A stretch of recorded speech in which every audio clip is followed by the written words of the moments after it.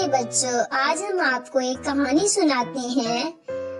یہ کہانی ایک سمجھدار چوزے کی کہانی ہے جو بڑی دلچسپ کہانی ہے۔ ایک دفعہ کی بات ہے کہ ایک گاؤں میں ندی کے کنارے ایک جھونپڑی تھی۔ جھونپڑی میں ایک مرغی تھی۔ مرغی نے 12 انڈے دیے۔ ان انڈوں میں سے پیارے پیارے چوزے نکلے، مگر 2 انڈے رہ گئے۔ کچھ عرصے بعد مرغی ان 2 انڈوں کو چھوڑ کر باقی اپنے چوزے ساتھ لے کر کھانے کی تلاش میں نکلی۔ تبھی اس کے ایک انڈے کے ٹوٹنے کی آواز آئی۔ اس میں سے ایک چھوٹا سا چوزا نکلا جو بہت پیارا تھا۔ وہ چوزا اپنی ماں کو ڈھونڈنے لگا۔ وہ بہت دکھی ہو گیا۔ اس نے سوچا کہ اب میں اپنی ماں کو کیسے ڈھونڈوں گا۔ وہ اپنے پروں کو ہلاتے ہوئے اپنی ماں کی تلاش میں نکل پڑا۔ اپنی جھونپڑی سے باہر نکلتے ہی اسے گھاس کھاتی گائے نظر آئی۔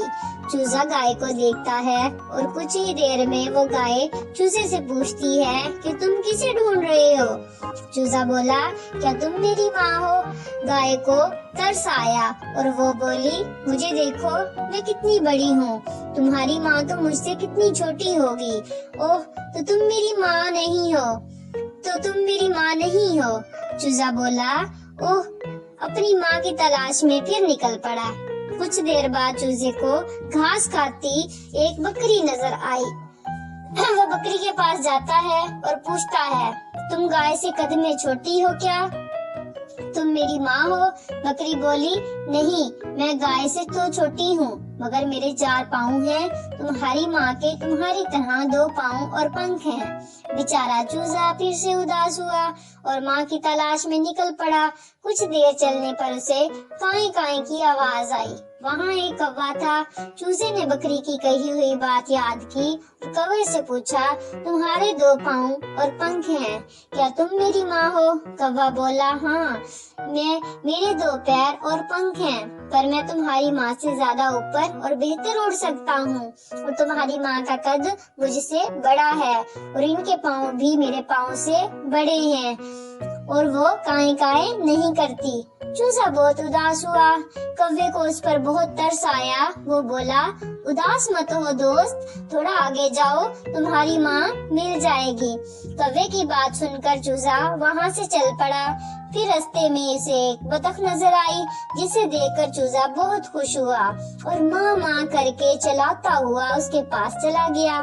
بطخ یہ دیکھ کر حیران رہ گئی کہ تم اتنی حیران کیوں ہو؟ میں تمہارا ہی بچہ ہوں۔ چوزا بولا، ارے نہیں بیٹا، میں تمہاری ماں نہیں ہوں، بطخ بولی۔ یہ سنتے ہی چوزا رونے لگا۔ تو بطخ نے سوچا کہ یہ اپنی ماں کو ڈھونڈ رہا ہے۔ تو بطخ نے کہا کہ آگے جاؤ، تمہاری ماں وہاں تمہیں مل جائے گی۔ جیسے ہی یہ دونوں باتیں کر رہے تھے، تبھی ایک کبوتر درخت پر بیٹھا ان کی باتیں سن رہا تھا۔ اس نے چوزے کی مدد کرنے کا سوچا اور چوزے کے پاس آیا۔ تم اس وقت تالاب کے کنارے جاؤ، شاید تمہاری ماں تمہیں مل جائے، کبوتر بولا۔